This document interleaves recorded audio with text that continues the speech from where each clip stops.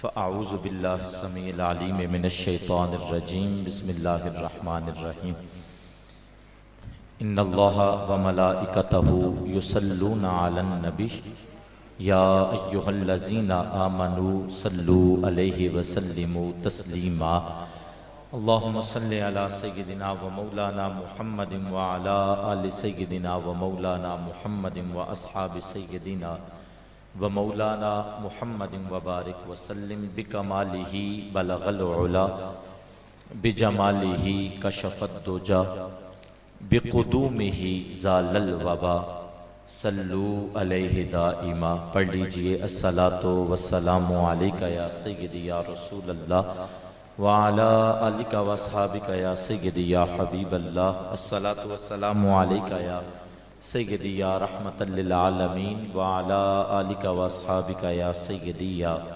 خاتم النبیین، مولا یا صلی وسلم دائما ابدا علی حبیبک خیر الخلق کلہم۔ اللہ رب العزت کی لا تعداد حمد و ثنا کے بعد اپنی ارادتوں، محبتوں، عقیدتوں کا خراج پیارے محبوب کریم صلی اللہ تعالی علیہ وآلہ وسلم کی بارگاہ اقدس و اطہر میں پیش کرنے کے بعد واجب الاحترام معزز و محترم و محتشم سامعین کرام، علماء کرام، نعت خوانان شیریں لسان، بالخصوص صدر محفل، رونق محفل، پیر طریقت حضرت مولانا پیر محمد ہارون قادری صاحب زیدہ مجدہ، اور جن کا آج خصوصی خطاب ہوگا، کوکب فلک خطابت، شہنشاہ خطابت حضرت علامہ مولانا عزیز الدین کوکب صاحب زیدہ مجدہ۔ کثیر تعداد میں علماء کرام بھی تشریف فرما ہیں، سادات کرام بھی تشریف فرما ہیں، فرد فرد کا نام لوں تو بڑا وقت درکار ہے۔ من آنم کے من دانم کیا حیثیت و اوقات ہے کہ ایسے عظیم علماء کی موجودگی میں لب کشائی کروں۔ مجھے حکم دیا گیا، تکمیل حکم کے لیے حاضر ہوا ہوں، اپنے وقت میں رہ کر چند گزارشات گوش گزار کر کے گفتگو کو سمیٹ لوں گا۔ دعا کریں آج کی اس ختم تکمیل قرآن پاک کی محفل پاک کا صدقہ اللہ میری زبان پر کلمت الحق کو جاری فرمائے، اور پھر ہم سبھی کو حق سچ سن کر اس پہ عمل کی بھی توفیق عطا فرمائے۔ بڑی مبارکباد کے مستحق ہیں وہ طلباء کرام اور اساتذہ کرام، بالخصوص اس مسجد کے امام صاحب مولانا قاری محمد شفقات صاحب اور خطیب صاحب برادر اصغر حضرت علامہ مولانا محمد نعیم قادری ہزاروی صاحب، اور ان کے ساتھ ساتھ اس مسجد کے منتظمین، اس ادارہ کے معاونین، محبین، جن کی انتھک محنتوں اور کاوشوں کے بعد آج اللہ نے یہ اعزاز ان کو عطا کیا ہے کہ 8 بچوں کے سر پر فضیلت والی دستار سجائی جائے گی۔ میں بس 2-4 باتیں کر کے اجازت چاہوں گا۔ اثر کرے نہ کرے سن تو لے میری فریاد، نہیں ہے داد کا طالب یہ بندہ آزاد۔ سیارہ ڈائجسٹ میں تقسیم ہند سے قبل ایک کالم چھپا تھا، میانی قبرستان لاہور میں ایک قبر کھودتے کھودتے جب ساتھ والی قبر کا دانا کھل جاتا ہے، منظر یہ دیکھا گیا کہ اس شخص کا ابھی کفن بھی میلا نہیں ہوا تھا۔ ایک اینٹ اتفاق سے گری تو دوسری کو قصدن گرایا گیا، اور جب جان کے دیکھا تو منظر کیا تھا کہ اندر تازہ گلاب کھلے پڑے تھے اور خوشبو ایسی تھی کہ فضا کو بھی معطر کر رہی تھی۔ جب یہ منظر دیکھا تو حیران زدہ ہوئے، کتنا عظیم یہ شخص ہے، اور کتنا عظیم دنیا پہ اس کا کوئی عمل تھا کہ جس کے بل بوتے پر اللہ نے اس کو یہ اعزاز عطا کیا۔ جب قبر کا دانہ کھلتا ہے تو کفن بھی میلا نہیں ہے، تازہ گلاب بھی کھلے پڑے ہیں، اور خوشبو ایسی ہے کہ فضا کو بھی معطر کر رہی ہے۔ جب پتہ کیا نا تو وہ ایک مرد کی قبر تھی، اور ڈھونڈتے ڈھونڈتے جب اس کی بیوہ تک پہنچے جو عمر کا ایک حصہ گزار چکی تھی، جب اس سے ملاقات ہوئی نا، پوچھا تیرے خامن کا وہ کون سا عظیم عمل تھا کہ جس کے بل بوتے پر ہم نے یہ منظر اپنی آنکھوں سے دیکھا ہے کہ کفن بھی میلا نہیں ہے اور تازہ گلاب بھی کھلے پڑے ہیں، خوشبو ایسی ہے کہ فضا کو معطر بھی کر رہی ہے۔ بڑا سوچنے کے بعد اس نے کہا سادہ سا انسان تھا، سادہ سی زندگی بسر کر رہا تھا، کوئی ایسا عمل نہیں تھا کہ جس کو میں دلیل کے طور پر بیان کر سکوں۔ غور کرنے کے بعد اس نے کہا ہاں ایک بات یہ ہے کہ وہ قرآن پڑھا ہوا نہیں تھا۔ یہ کوئی کمال کی بات ہے، یہ کوئی اعزاز کی بات تو نہ ہوئی کہ قرآن پڑھا ہوا بھی نہیں تھا۔ کہا اگلی بھی سن لو، وہ قرآن پڑھا ہوا نہیں تھا، لیکن ہوتا کیا تھا جب فجر کی نماز کے بعد لوگ مسجدوں میں قرآن کھول کے بیٹھ جاتے۔ میری امت پہ ایک ایسا دور تھا کہ لوگ فجر کی نماز کے بعد قرآن مسجدوں میں کھول کے بیٹھا کرتے تھے، اور ہم گلیوں بازاروں جس محلے گلی سے گزرے کرتے تھے ہر گھر سے رب کے قرآن کی تلاوت کی آواز آیا کرتی تھی۔ اللہ امت کو لٹا ہوا وقار پھر سے عطا فرما دے، اللہ یہ پھر سے اعزاز میری امت کو عطا کر دے۔ کہا جب لوگ فجر کی نماز کے بعد مسجدوں میں قرآن کھول کے بیٹھ جاتے، کیونکہ یہ قرآن پڑھا ہوا نہیں تھا، بڑے بوجھل قدموں کے ساتھ یہ اٹھتا، گھر کی جانب آتا، طاق میں رکھے ہوئے قرآن کو اٹھاتا، چومتا، سینے سے لگاتا، کھولتا، اس کی زیارت کرتا، سطر پر لائن پر وہ انگلی پھیرتا اور روتا اور کہتا میرے مالک میں نہیں جانتا کہ اس میں کیا لکھا ہے، لیکن جو کچھ لکھا ہے حق ہی لکھا ہے۔ میں نہیں جانتا کہ اس میں کیا کچھ لکھا ہوا، لیکن جو کچھ لکھا ہوا ہے حق ہی لکھا ہوا ہے۔ صاحب اگر کوئی معمولی سی محبت قرآن سے کر لے، اللہ یہ اعزاز عطا کرتا ہے کہ قبر میں کفن بھی میلا نہیں ہونے دیتا۔ اور جس نے ساری زندگی رب کے قرآن کی وفا میں بسر کی ہو، اور جس نے ساری زندگی قرآن کو سینے میں بسایا ہو، جس نے ساری زندگی قرآن کو سینے سے لگایا ہو، جس نے ساری زندگی قرآن کا درس دیا ہو، پھر گھر جا کے خود حساب لگا لینا میرا رب اس کی کتنی ناز برداریاں اٹھاتا ہوگا۔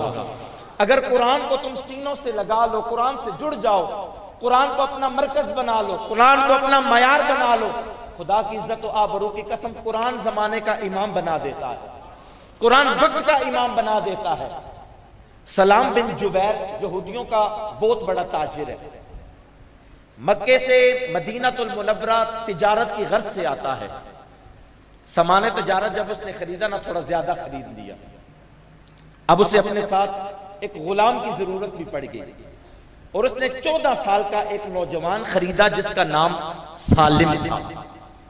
حسن بھی اللہ نے اس طرح کا اس کو عطا نہیں کیا ہوا، جسم بھی کمزور ہے، عمر بھی 14 سال کی ہے بھی غلام۔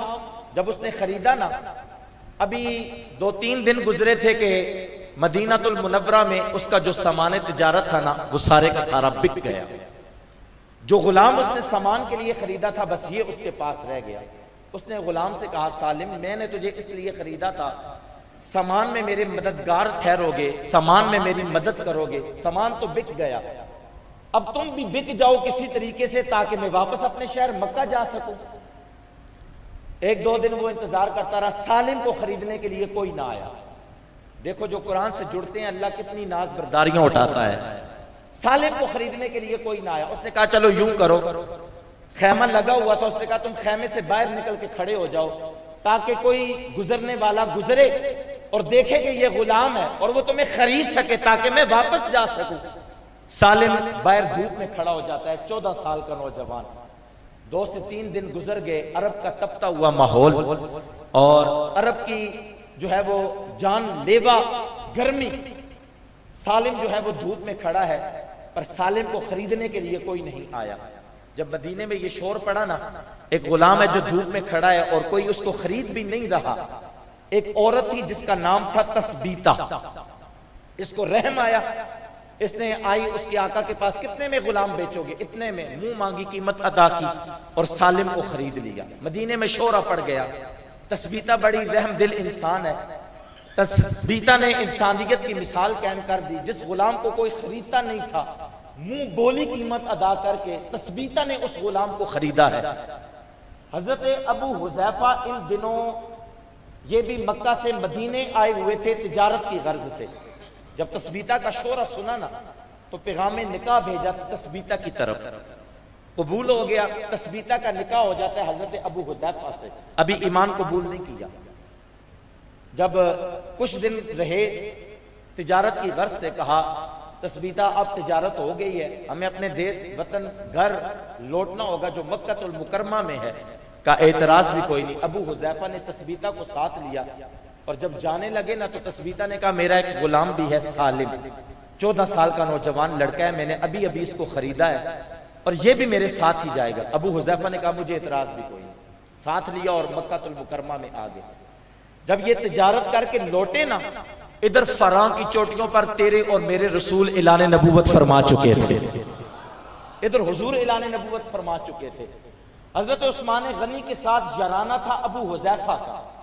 جب ملاقات ہوئی نا حضرت عثمان غنی رضی اللہ تعالیٰ عنہ سے، عثمان غنی فرمانے لگے ابو حذیفہ تو یار ہے، دوست ہے، تجھے میں ایک بات بتاؤں کہ نبی آخر الزمان کا ظہور ہو چکا ہے، نبی آخر الزمان نے اعلان نبوت فرما دی ہے، میں ایمان قبول کر چکا ہوں اور تمہیں بھی دعوت ایمان دیتا ہوں، اس لیے کہ تم دوست ہو، بھلیکھے میں نہ رہنا۔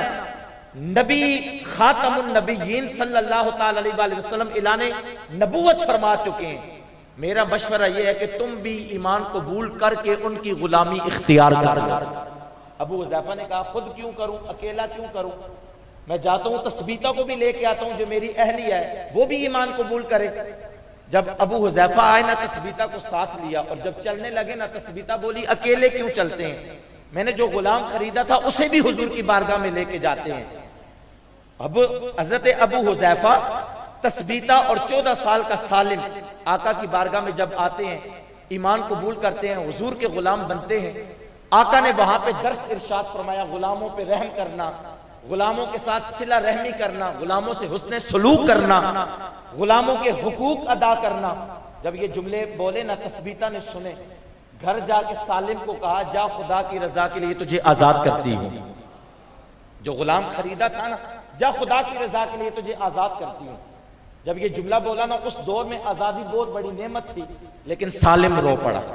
سالم نے کہا تثبیتہ میرا یہاں پہ ہے کون، تو آزاد کر رہی ہے، میں اجنبی شہر، یہاں پہ کوئی ہے نہیں میرا، میں جاؤں تو کدھر جاؤں، تیرے گھر میں رہتا تھا، روٹی کے 2 لقمے مل جاتے تھے۔ جب یہ جملے بولے نا ابو حذیفہ فرمانے لگے ہے تو آزاد، ہم رہائش بھی تجھے عطا کرتے ہیں، کھانا بھی تجھے عطا کریں گے، رہے گا بھی یہیں پر، کھانا بھی یہیں سے کھائے گا، لیکن تو اب غلام نہیں ہے، غلامی سے ہم تمہیں آزاد کرتے ہیں۔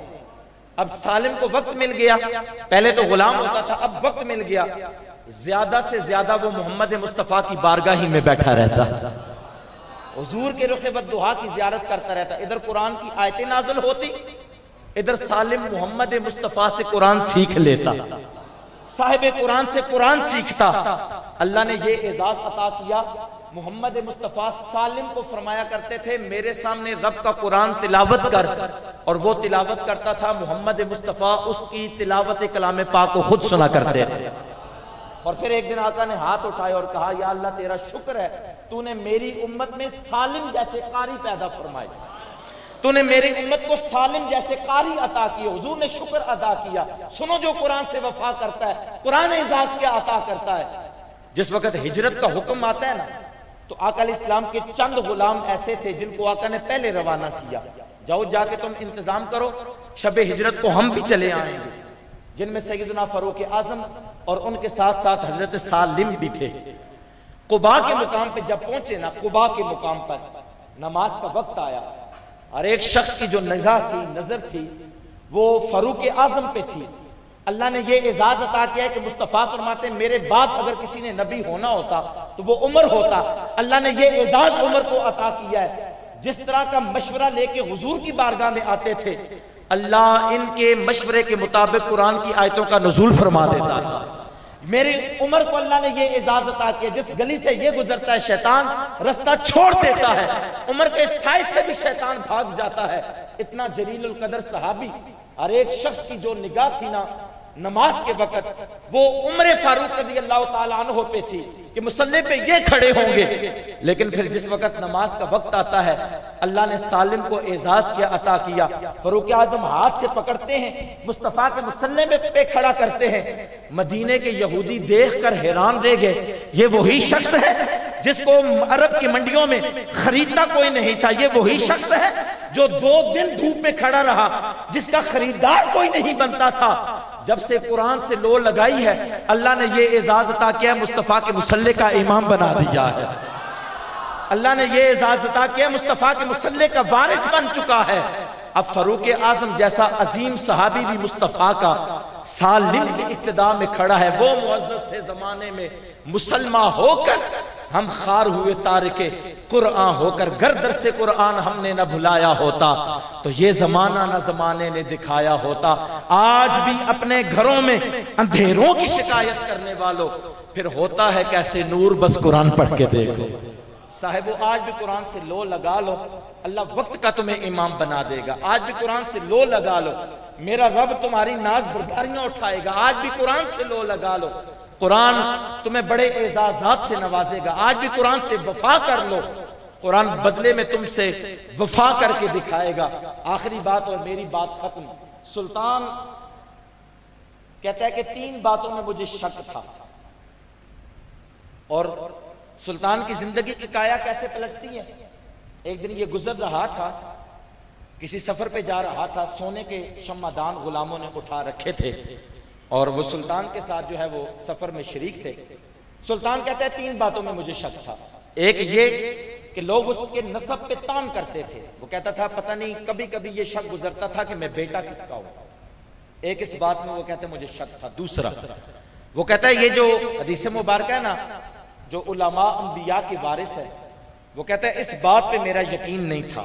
میں کہتا تھا ٹوٹی ہوئی چٹائیوں پہ بیٹھنے والے یہ نبیوں کے وارث کیسے ٹھہرے؟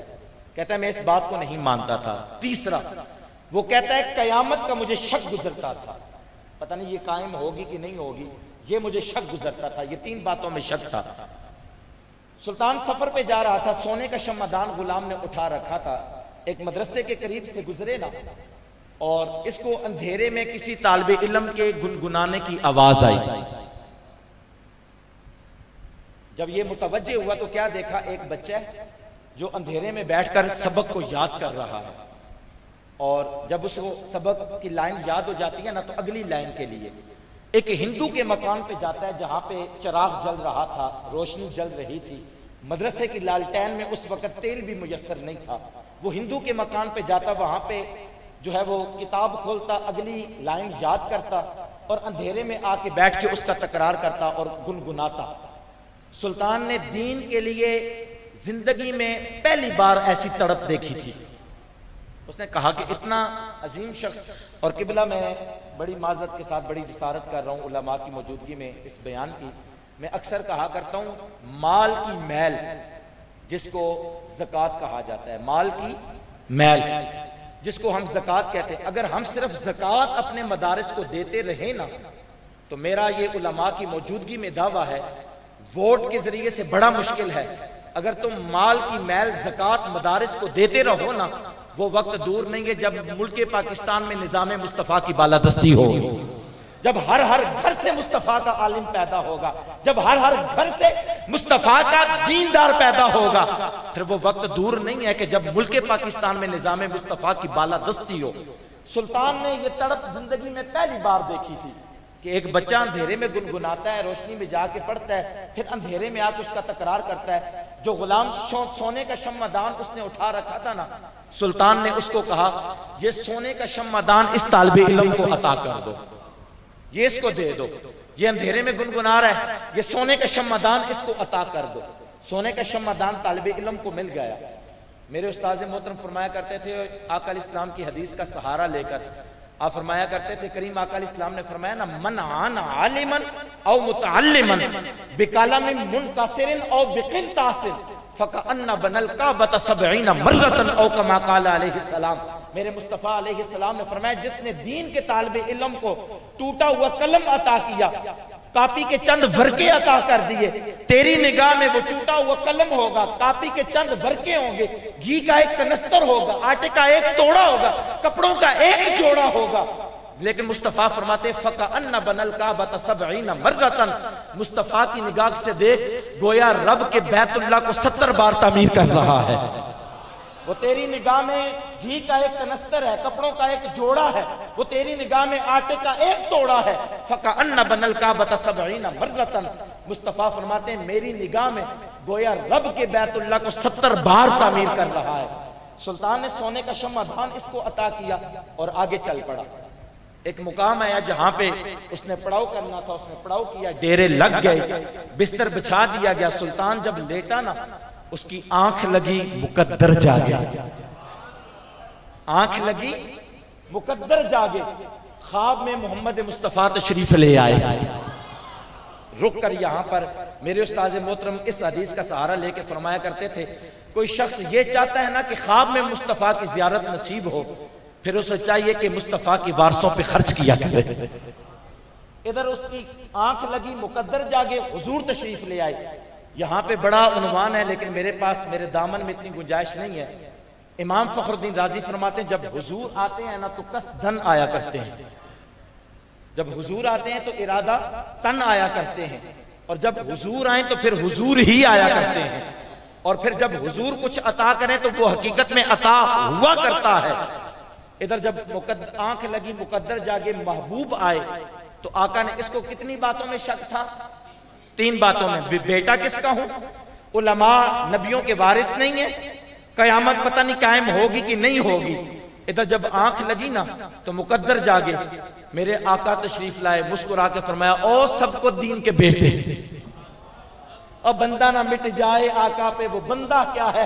پھر بے خبر ہو جو غلاموں سے, وہ آقا کیا ہے؟ امتی جو فریاد کرے حال زار میں, پھر ممکن نہیں کہ خیر بشر کو خبر نہ ہو. اور سب کو دین کے بیٹے. سلطان کہتا ہے میں متوجہ ہوا حضور کی جانب. آقا نے مسکرا کے فرمایا تو نے میرے وارث پہ خرچ کیا ہے, تو نے میرے وارث کو سونے کا شمعدان عطا کیا ہے, میرے وارث پہ خرچ کیا ہے. جا میں محمد تجھ سے وعدہ کرتا ہوں قیامت کے دن میں خود تیری شفاعت فرماؤں گا.